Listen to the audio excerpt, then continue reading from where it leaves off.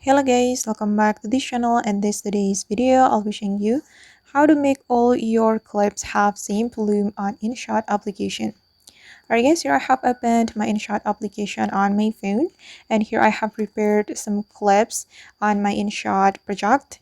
And then if you want to get same volume for all the clips, the first thing we're going to do is clicking on this volume button. Click on it, and you have to select the volume that you want to apply to all your clips. And for example, I'm gonna go with 200% volume. And then if you want to get this volume for all our clips, we can click on this double check mark and then click on volume applied all.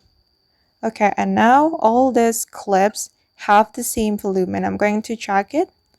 Just click on volume, and I'm going to check it one by one like this, and as you can see that all my clips have the same volume.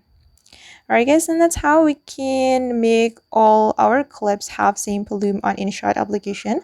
I hope this tutorial will be useful for you. Thank you so much for watching, and if you found this tutorial helpful, don't forget to hit the like button, leave your comments, and also subscribe to this channel. See you in the next video.